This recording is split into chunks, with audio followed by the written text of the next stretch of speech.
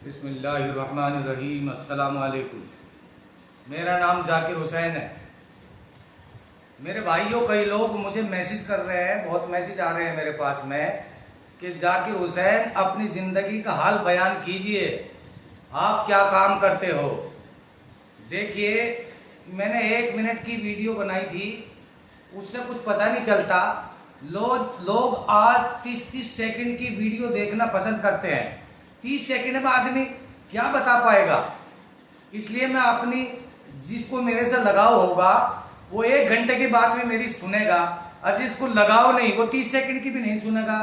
इसलिए मेरे भाइयों, मेरी जिंदगी का मैं जाकिर हुसैन हाल बयान कर रहा हूँ।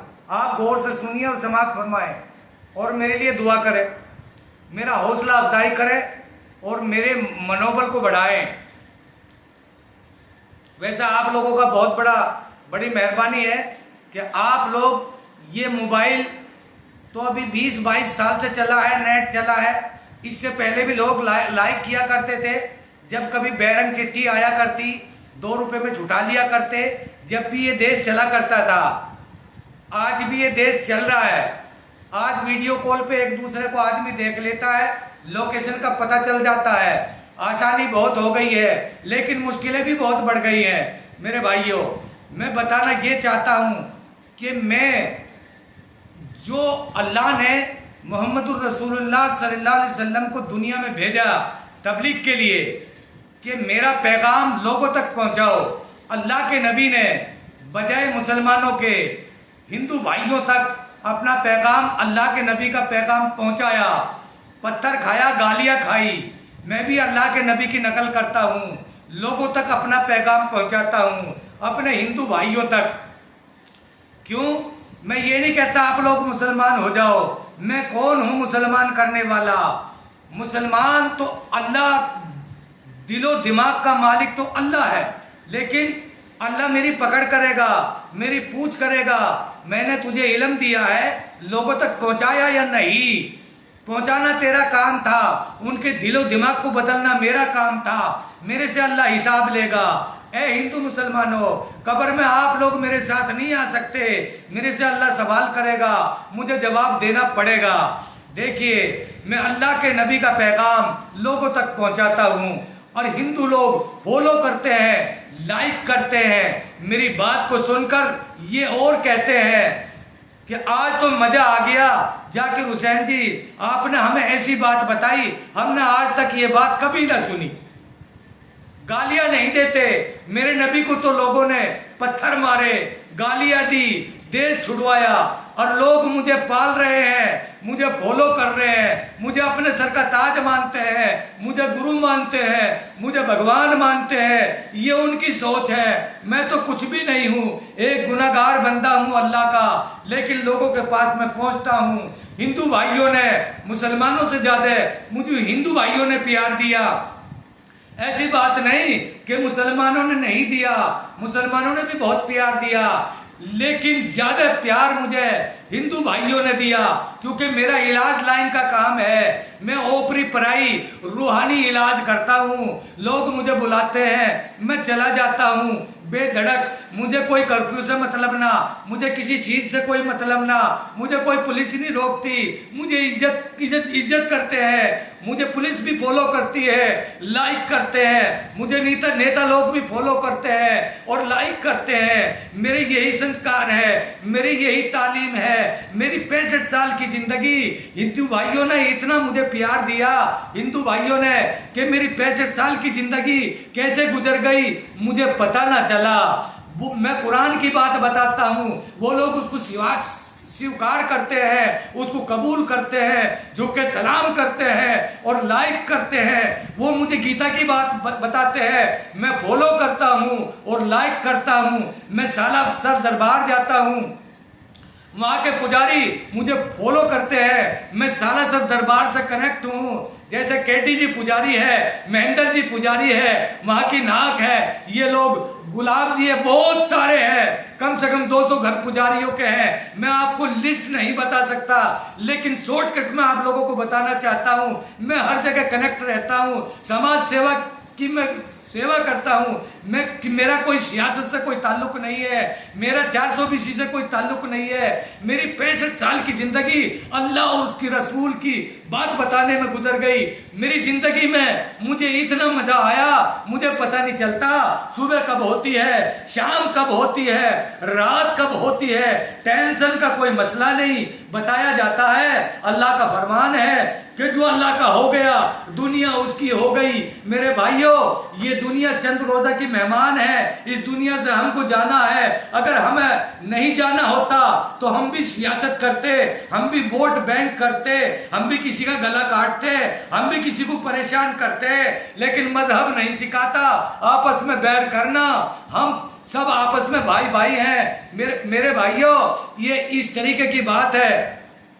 गरीब नवाज, मैं क्या, गरीब नवाज हिंदुस्तान में आए तो यहाँ एक भी मुसलमान नहीं था। हिंदुस्तान हिंदुओं के रहने की जगह। लेकिन मोइनुद्दीन चिश्ती अजमेर रहमतुल्लाह अलैह जब सरजमीन अजमेर राजस्थान में उतरने के बाद में पृथ्वीराज चौहान की हुकूमत थी।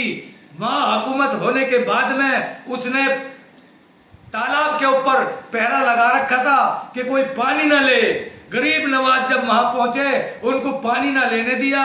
शागिर्द ने कहा कि गरीब नवाज, ये जोड़ में से, तालाब में से पृथ्वीराज चौहान की पुलिस खड़ी है, पहरा लगा रखा है कि इसमें से एक बूंद भी पानी कोई नहीं ले सकता।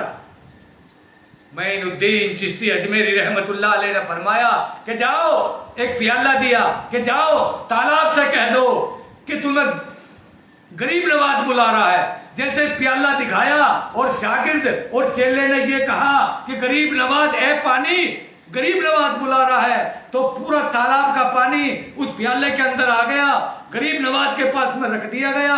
बहुत लंबी तफसील यह डिटेल है, मैं आपको शॉर्टकट बताना चाहता हूं। वो पुलिस वाले भाग के गए। पृथ्वीराज चौहान के पास में उसकी हुकूमत थी कि पता नहीं कौन दुर्वेश है, कौन फकीर है, बला की गर्मी है, मई जून का महीना है, एक पूरे जोड़ को, पूरे तालाब को प्याले में ले लिया।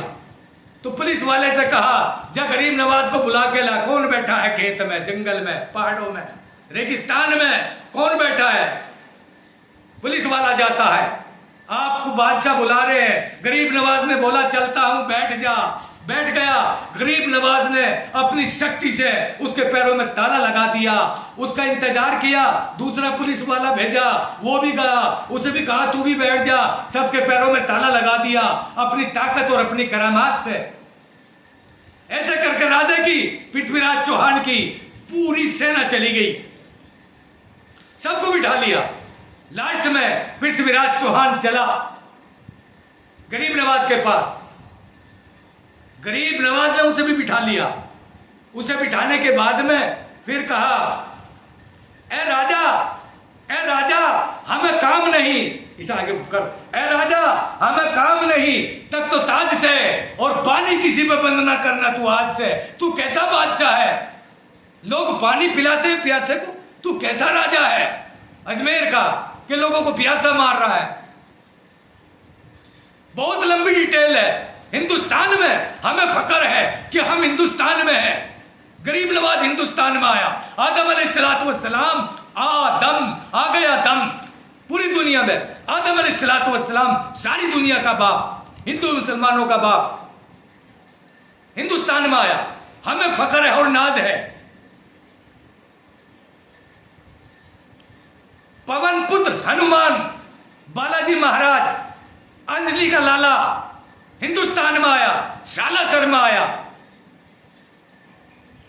जिसने रावण की हुकूमत को नेस्तु नाबूद कर दिया। रावण को नेस्तु नाबूद कर दिया। कितने बेटे थे, सबको खत्म कर दिया। हनुमान पुत्र हिंदुस्तान में आया। हमें नाज है, हमें फख्र है, हम कैसे उसको भूल जाएं? ये एक इतिहास है। आदम अलैहिस्सलाम का एक इतिहास है, गरीब नवाज का एक इतिहास है, हम नहीं भुला सकते। सुदामा भी एक ब्राह्मण था और बीरबल भी एक ब्राह्मण था और रावण भी एक ब्राह्मण था। ब्राह्मण में फर्क है।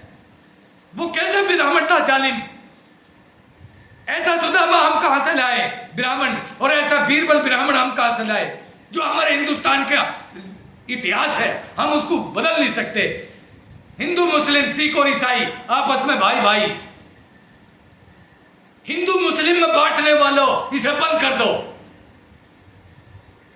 सब जानते हैं कि नेक रास्ता कौन सा है, अच्छा रास्ता कौन सा है, हराम का रास्ता कौन सा है, डकैती का रास्ता कौन सा है, चोरी का रास्ता कौन सा है, कामयाबी का रास्ता कौन सा है, भलाई का रास्ता कौन सा है, बुराई का रास्ता कौन सा है। हिंदू हो या मुस्लिम सब कुछ जानते हैं। जाकिर हुसैन की इस बात को हिंदू लोग फॉलो करते हैं कि मजा आ गया, हमें नहीं पता क्या लिखा है कुरान में, हमें नहीं पता क्या लिखा है गीता और सीता में, पुराण और वहत में, हमें तो ये पता है कि जाकिर हुसैन आ गया है, हमारे घर की बला चली जाएगी। तो मेरे भाइयों, जाकिर हुसैन ये करता है, कुरान का इल्म लोगों तक पहुंचाता है, अपने हिंदुस्तान के ऊपर नाज करता है। अल्लाह ने हिंदुस्तान दुनिया के अंदर सोने की चिड़िया है, हमें फख्र और नाज है कि अल्लाह ने हमें हिंदुस्तान में पैदा किया।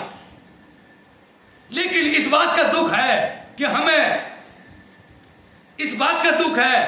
हमें हिंदू मुस्लिम में बांटा जाता है। अल्लाह के नूर की तजल्ली सूरज के ऊपर पड़ रही है और सूरज की रोशनी हम लोगों के ऊपर पड़ रही है, जिसने पूरी दुनिया को रोशन कर दिया।